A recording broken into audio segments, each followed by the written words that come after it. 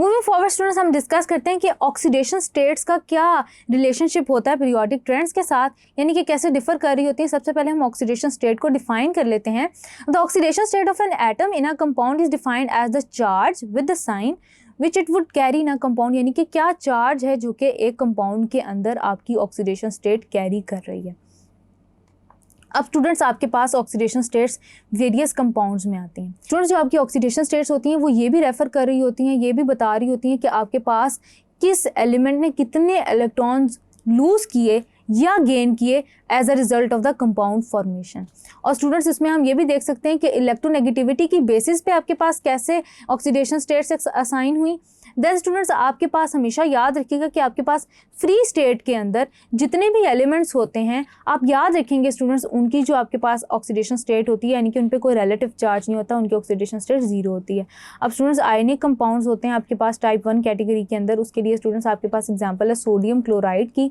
तो आप याद रखेंगे कि स्टूडेंट्स यहाँ पे आप ऑक्सीडेशन स्टेट्स कैसे लिखेंगे कि आपके पास सोडियम ने एक इलेक्ट्रॉन लूज किया जबकि क्लोरीन ने आपके पास एक इलेक्ट्रॉन गेन किया, तो आपके पास सोडियम पे +1 चार्ज है जबकि स्टूडेंट्स आपके पास क्लोरीन पे -1 चार्ज है। तो स्टूडेंट्स, सोडियम क्लोराइड का आपके पास ये ऑक्सीडेशन स्टेट्स की आपके पास स्टेटस हो गया।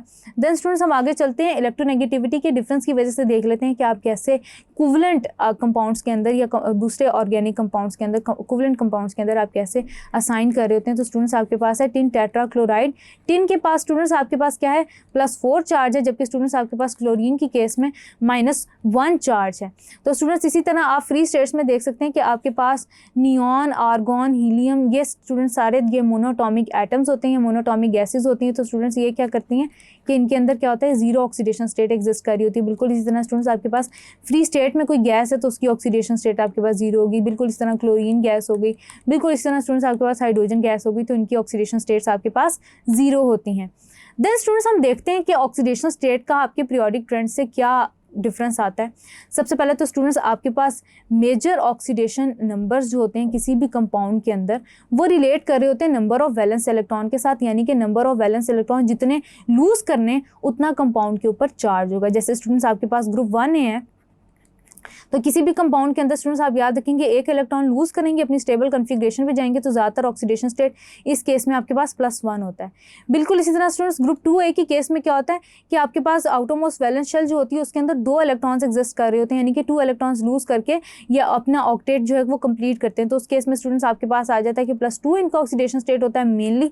जैसे स्टूडेंट्स, आपके पास मैग्नीशियम आ जाता है +2 स्टेट में, कैल्शियम आ जाता है +2 स्टेट में। देन स्टूडेंट्स, आपके पास बोरॉन में भी यही केस है कि आपके पास स्टूडेंट्स ज़्यादातर क्या होता है कि ये अपने वैलेंस इलेक्ट्रॉन लूज करके क्या करते हैं स्टूडेंट्स, आपके पास +3 चार्ज में आ जाते हैं। जैसे स्टूडेंट्स, आपके पास एल्यूमिनियम +3 की फॉर्म में एग्जिस्ट करता है, तो ये इसकी स्टूडेंट्स ज़्यादातर ऑक्सीडेशन स्टेट होती है कंपाउंड्स के अंदर। बिल्कुल इसी तरह स्टूडेंट्स आपके पास आ जाता है कार्बन, सिलिकॉन, जर्मेनियम। ये भी स्टूडेंट्स आपके पास जो है, स्टूडेंट्स आपके पास जो कार्बन, सिलिकॉन, जर्मेनियम है स्टूडेंट्स, ये आपके पास क्या कर रहे होते हैं, 4 इलेक्ट्रॉन्स एक्सेप्ट कर रहे होते हैं।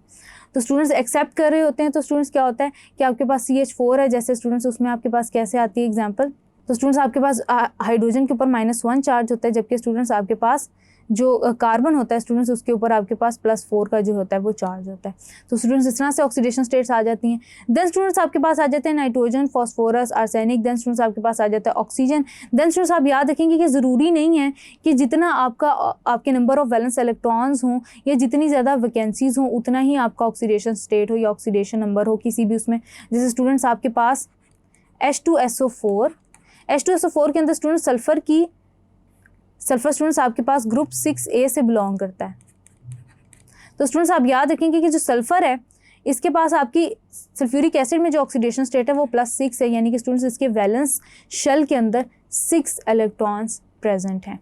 देन स्टूडेंट्स, आपके पास जब हम हाइड्रोजन सल्फाइड की बात करते हैं तो इस केस में स्टूडेंट्स आपके पास सल्फर के ऊपर -2 चार्ज है, जो कि आपके पास नंबर ऑफ वैकेंसीज शो कर रहा है कि that are required to gain 2 electrons to complete its octet. Then students, आपके पास आ जाते हैं फ्लोरीन, क्लोरीन, ब्रोमीन, आयोडीन, जो कि स्टूडेंट्स अपने ज़्यादातर कंपाउंड्स के अंदर जिनकी ऑक्सीडेशन स्टेट -1 होती है, जो कि स्टूडेंट्स रिप्रेजेंट कर रही होती है नंबर ऑफ वैकेंसीज। देन जो स्टूडेंट्स आपके पास नंबर ऑफ इलेक्ट्रॉन्स होते हैं आउटरमोस्ट शेल वो तो 7 होते हैं, लेकिन स्टूडेंट्स उतनी आपके पास ये ऑक्सीडेशन स्टेट एग्जिस्ट नहीं करती इनके अंदर। देन स्टूडेंट्स आप हीलियम, नियॉन, आर्गॉन की केस में देख सकते हैं कि आपके पास ऑक्टेट फिल्ड होता है, यानी कि स्टूडेंट्स आपके पास जो ऑक्सीडेशन स्टेट होती है वो 0 होती है। तो ये तो स्टूडेंट्स हमने डिस्कस कर ली ऑक्सीडेशन स्टेट, हमने कंपेयर कर लिया कि मुख्तलिफ ग्रुप्स आपस में कैसे जो वो डिफर कर रहे होते हैं। स्टूडेंट्स आप याद रखेंगे कि आपके पास जो डी ब्लॉक एलिमेंट्स होते हैं या एफ ब्लॉक एलिमेंट्स होते हैं जिनको हम ट्रांजिशन एलिमेंट्स कहते हैं, स्टूडेंट्स आप याद रखेंगे कि इनकी जो प्रॉपर्टीज़ होती हैं, क्योंकि ये इन ट्रांजिशन प्रेजेंट होते हैं between S and P orbitals, यानी कि S and P block elements, तो स्टूडेंट्स इसलिए इनको ट्रांजिशन एलिमेंट्स कहा जाता है। स्टूडेंट्स डी ब्लॉक एलिमेंट्स जो होते हैं ये मल्टीपल ऑक्सीडेशन स्टेट्स जो होती हैं उनको ये रेफर कर रहे होते हैं या वो ये एग्जिबिट कर रहे होते हैं। सबसे पहले तो स्टूडेंट्स आप याद रखेंगे कि जैसे आपके पास आ जाता है कॉपर, कॉपर स्टूडेंट्स रिप्रेजेंट करता है अपने ग्रुप की ऑक्सीडेशन स्टेट, यानी कि 1 रिप्रेजेंट कर रहा होता है। बिल्कुल स्टूडेंट्स आपके पास कुछ और एलिमेंट्स आते हैं जो कि इसी तरह आपके पास ऑक्सीडेशन स्टेट एग्जिस्ट कर रहे होते हैं। जैसे स्टूडेंट्स आपके पास मैंगनीज है तो वो अपने ग्रुप नंबर की ऑक्सीडेशन स्टेट रिप्रेजेंट कर रहा होता है। बिल्कुल इसी तरह स्टूडेंट्स आपके पास जिंक है तो वो अपने ग्रुप नंबर की ऑक्सीडेशन स्टेट से रिप्रेजेंट कर रहा होता है, यानी कि स्टूडेंट्स उसके जो ग्रुप नंबर है और उसके जो नंबर ऑफ वैकेंसीज होती हैं वो मैच कर रही होती हैं। उसके अलावा स्टूडेंट्स आप याद रखेंगे कि आपके पास ट्रांजिशन एलिमेंट्स की केस में मल्टीपल ऑक्सीडेशन स्टेट्स एग्जिस्ट कर रही होती हैं due to the presence of D and F orbitals. तो स्टूडेंट्स हैविंग सेड दैट आगे चलते हैं स्टूडेंट्स, डिस्कस करते हैं कि आपके पास इलेक्ट्रिकल कंडक्टेंस और पीरियोडिक ट्रेंड्स का आपस में क्या रिलेशनशिप है। सबसे पहले स्टूडेंट्स हम ये देख लेते हैं कि आपके पास जो मेटल्स होते हैं वो अच्छे से इलेक्ट्रिसिटी कंडक्ट कर रहे होते हैं, यानी कि स्टूडेंट्स आपके पास मेटेलिक कैरेक्टर के हिसाब से आप देखते हैं कि इलेक्ट्रिकल कंडक्टेंस जो होती है वो कैसे होती है एलिमेंट्स के अंदर या एटम्स के अंदर। सबसे पहले तो स्टूडेंट्स आपके पास जो अल्कलाई या अल्कलीन अर्थ मेटल्स होते हैं वो अच्छे कंडक्टर्स होते हैं, they are good conductors of electricity. Then students आपके पास जैसे जैसे मेटेलिक कैरेक्टर डिक्रीज होता चला जाता है फ्रॉम लेफ्ट टू राइट, तो स्टूडेंट्स आप याद रखेंगे कि आपके पास इलेक्ट्रिकल कंडक्टेंस जो होती है वो डिक्रीज होने लगती है, यानी कि स्टूडेंट्स आपने डिस्कस किया होगा कि आपके पास कार्बन की केस में, कार्बन, सिलिकॉन और जर्मेनियम की केस में स्टूडेंट जो आपके पास कार्बन फैमिली होती है, स्टूडेंट्स आप याद रखेंगे कि उसकी केस में आपके पास क्या होता है वो सेमीकंडक्टर्स की फॉर्म में एग्जिस्ट कर रहे होते हैं, यानी कि स्टूडेंट्स वो कुछ कंडीशंस के अंदर कंडक्ट कर रहे होते हैं। तो स्टूडेंट्स आपके पास इलेक्ट्रिकल कंडक्टेंस इस तरह से वेरी कर रही होती है। उसके अलावा स्टूडेंट्स आप याद रखेंगे कि आपके पास जो कार्बन के 2 एलोटॉप्स हैं, यानी कि स्टूडेंट्स डायमंड और ग्रेफाइट। डायमंड स्टूडेंट्स आपके पास इंसुलेटर है, क्यों? क्योंकि स्टूडेंट्स वो अपनी बॉन्डिंग ऐसी बनाते हैं कि उसके अंदर स्टूडेंट्स कॉन्टिन्यूअस आपके पास नेटवर्क की फॉर्म में एग्जिस्ट कर रहे होते हैं। तो स्टूडेंट्स आपके पास जो डायमंड है स्पेशली वो आपके पास स्टूडेंट्स इंसुलेटर होता है, जबकि स्टूडेंट्स जो आपके पास ग्रेफाइट होता है, क्योंकि स्टूडेंट्स वो अपने अंदर हेक्सागोनल अरेंजमेंट रखता है जिसकी वजह से डीलोकलाइज इलेक्ट्रॉन कुछ parallel to the layers present होते हैं। तो स्टूडेंट्स ग्रेफाइट जो है वो अच्छा कंडक्टर होता है। देन स्टूडेंट्स आपके पास जो nitrogen, phosphorus, arsenic, antimony, bismuth, ये आपके पास स्टूडेंट्स कंडक्टर में नहीं आते। इसी तरह स्टूडेंट्स आपके पास oxygen, sulphur, selenium, tellurium, fluorine, chlorine, bromine, iodine, halogens और नोबल गैसेस स्टूडेंट्स आपके पास इलेक्ट्रिसिटी कंडक्ट नहीं कर रहे होते।